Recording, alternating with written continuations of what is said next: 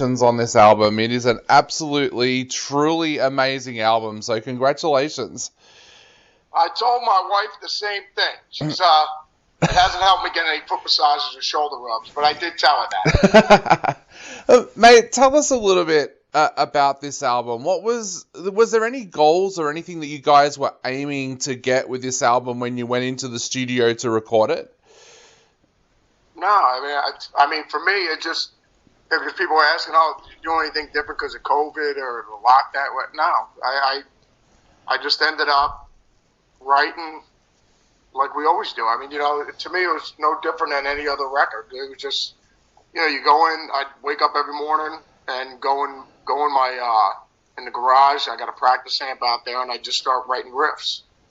Have a couple of Valhalla Java, and then just start jamming riffs until you get something you're happy with. You know what I mean? And then usually it's always, everything starts with the riff, and then, especially for this genre of music, because when you listen to, Mount Riffmore, whether it be Cream doing Sunshine of Your Love, the first metal riff, and then you got Mountain with, whether it's Mississippi Queen or, Never in My Life. Then you have Zeppelin with a Whole Lot of Love, then Sabbath with Into the Void, and Deep Purple with Smoke on the Water. All those songs, it starts with an incredible riff.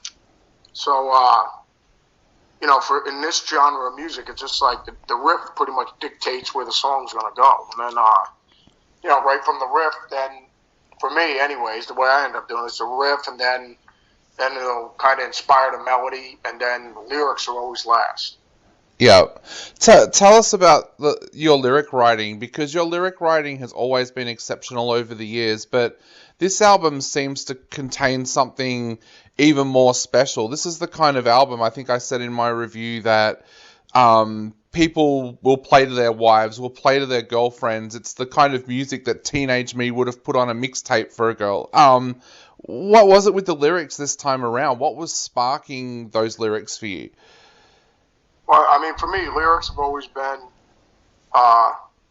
it depends on what you're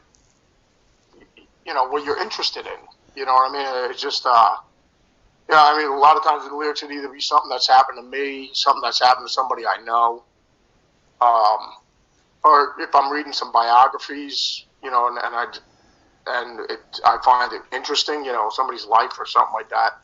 But, or things, like you said, it's just things that you take interest in.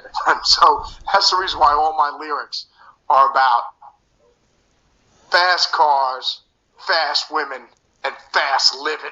Yeah. I'm a very big biography reader as well. Tell us a little bit about some of the biographies that you've been reading over the last few years and how they've inspired your work as well. Like I said, I read either magazines or books on fast cars, fast women, and fast living. Zakk, this album, like I said, it has something really, really special on it, but it also has Dario doing a lot more guitar work as well. Tell us a little bit about how that came about. Was that something that you guys talked about before you went into the studio, or was that something that just kind of happened naturally with these songs? Yeah, it's pretty much just like, I need some more free time just so I can actually make a sandwich and, maybe make some more coffee for the fellas. So that's the reason why we just put Dario in, So, no, I think it's just an evolution. Ever since Dario's been rolling with us, it's just, he's phenomenal. He can play guitar like it's nobody's business. He can play piano, keys, he sings. He makes an amazing chicken piccata. So there's nothing you can't do. But it's just the evolution of like live. I'd have him doubling solos and like Stillborn, Suicide Messiah, like the older catalog type things, and then it's just kind of moved over to like the solos and Fire It Up live. We go out into the crowd and we do like a duel and banjos, and we go back and forth and everything like that. So it pretty much just spilled over onto the record. I was just like, so when I was writing the songs, I purposely extended the solos and everything like that, and go, yeah, Dario could play here, and I'll play this part, and then then we'll end up back together doing a unison line or a harmony or something, So yeah, that all went into the whole process of when I sat down when I was writing this stuff. Was he like a kid at Christmas when you told him the news about that? Because that would have been something that I guess he would have been very excited about approaching the album with that in mind as well. No, actually, he was actually kind of depressed because he was like, I was hoping I could quit the band. Now you want me to do more stuff.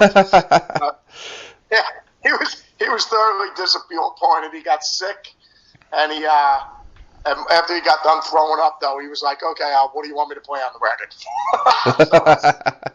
that went down. But yeah, no, Dario killed it, man. I mean, I would just we'd send the stuff over to Dario at his studio. I guess the Dark Chapel over there in Vegas, and he'd end up, 10 minutes later, he'd end up sending back this awesome, amazing shredding on the record, and it just killed it every time.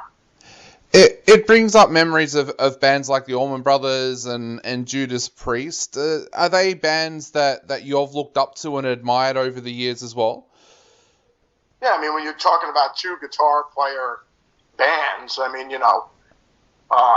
Thin Lizzy, Allmans, down to Skinner and Judas Priest and everything like that. I mean, where you need two guys in the band. I mean, for those bands, actually, it's not so much just soloing. I mean, they're doing harmonies and unison lines and stuff like that. So there's actually a reason why you have several guys playing guitar. But I mean, yeah, it was a lot of fun. I mean, so it's definitely a different. To me, I think it just adds to the sound. So it's definitely cool. You touched on it a little bit before. It's going to add a really exciting element to these tracks being played live. Where are you guys at in America at the moment with live music? Because we just had one huge music festival here in Melbourne that ended up becoming a huge COVID-19 super spreader event. So they've shut down live music again. Where are you guys with live music, and how excited are you about being able to get out there and play these tracks? Well, we just went, we went out and did basically like 44 shows in 50 some odd days, and then we're out with Prong and our buddy's Obituary, and we had a great time. Nobody got COVID, nobody got sick, and it was great. It was just, so hopefully there'll be more of that in the rest of the world. I mean, in like 5 months from now, we plan on going to Europe, and then after that, we come back to the States, and then hopefully we'll be down to see you guys, go to Australia, New Zealand, Asia, Russia. I mean, just the rest of the world, and tour for the next 2 years. And then, hopefully when Ozzy's feeling better in 2023, we'll be out rolling with the boss as well. Definitely. How tough has the last couple of years been for you? Because it must have felt really weird having live music kind of taken away from you when it's been something that's been a huge part of most of your life. What was that like? Well, I was, I've usually been doing 200 and plus shows a year. So, I'd be home for like a small time, or else I'd be doing something, when I'm home before I get right back out again. But I mean, for me, I cherished every moment I had, because I could spend with the dogs, I could spend, with my family, and just because I'm never home. So,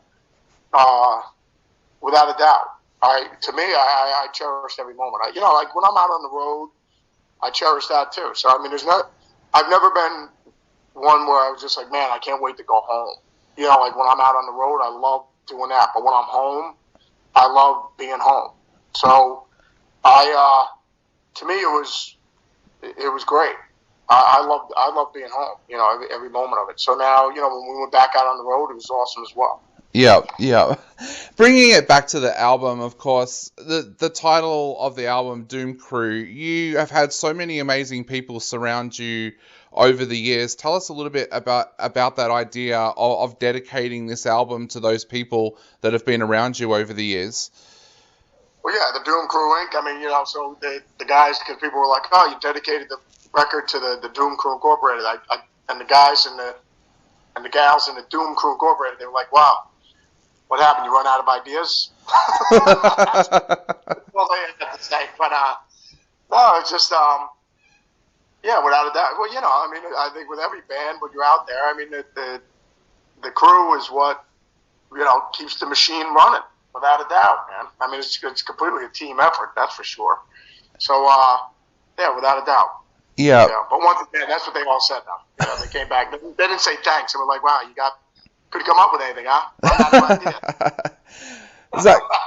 Zakk, I wanted to talk to you a little bit before I go about my favorite track on the album. Tell us a little bit about You Made Me Want to Live. It's a track that I fell in love with straight away, and I know our listeners have fallen in love with that track as well. Tell us a little bit about that track and how that track came into being.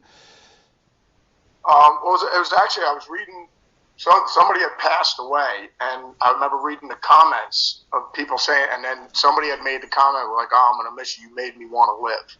And that just stuck with me. I was just like, oh, that'd be cool. That inspired me to write the song about that. So, but that lyric, it was just like, wow, you made me want to live. I was just like, that's pretty powerful. So, yeah, that's where I got the inspiration writing those lyrics.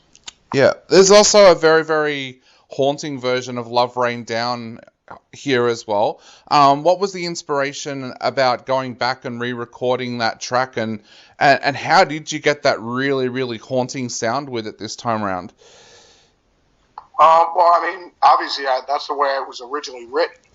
Yeah. I wrote that song back in '91 when my mother passed away. So we were in A&M Studios recording No More Tears. And the piano bit that's in No More Tears, when we were writing that thing, I remember I also sat at the piano later. I was sitting there by myself at night, and I ended up writing Love Rain Down. I wrote it then. So, but I feel it was great to actually finish it.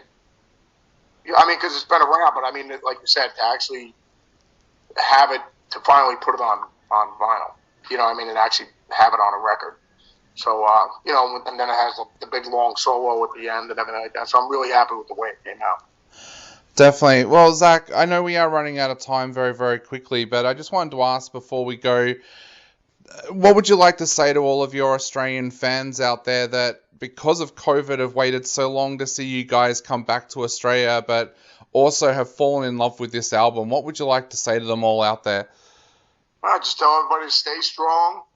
Keep bleeding Black Label, and God bless. And then I guess hopefully we'll be seeing everybody sometime in 2022, 2023, So I mean, that's the game plan right now.